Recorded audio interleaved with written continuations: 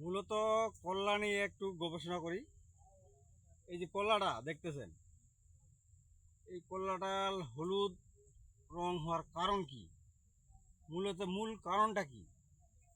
এই মূল কারণটা হচ্ছে এইদিকে দেখেন, এই যে কল্লাটা, এর মূল কারণটা হচ্ছে আপনার এই যে হুইল মাছি আছে, হুইল মাছি।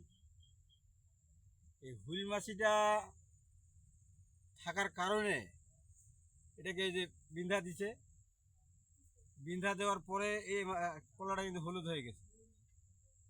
এই কলাটা হলুদ হওয়ার কারণে এই মাছিটাকে মারার একটা ব্যবস্থা করতে হবে। এই মাছিটাকে মারতে পারলে হয়তো কলাটা সুস্থ হবে। তো এইটা হবে না, এরপরে যেগুলা আসবে, ছোট ছোট ফল আসতেছে, এই ফলগুলো ভালো হবে। এই ফলগুলো ভালো হলে পরে বিক্রি করা যাবে। এইগুলো তো হাট বাজার বিক্রি হবে না, কেউ নিবও না।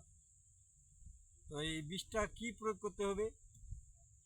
মূলত এটার বীজ দিতে হবে সম্মানিত একটা সৌন্দর্যজনক বিষ একটা হইতে হবে, মাছি মারা।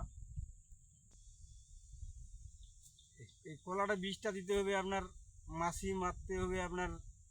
এই যে একটা মাছি মারা বীজ দিতে হবে। বীজটা কি কীটনাশক দোকানে যাই জিজ্ঞাসা করতে হবে।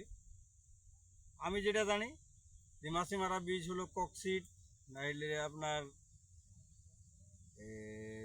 কি জানি বলে, এসাটাপ বীজ আছে। আপনার এই যে পচনের জন্য এমিস্টার টপ দেওয়া যায়, লাটিপো দেওয়া যায়, সুপার থ্রিন।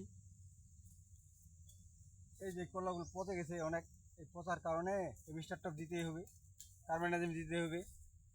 এই যে দেখেন, এগুলা দিতেই হবে। এই কলাটা সব আগাছানা সব মুক্ত করতে হবে।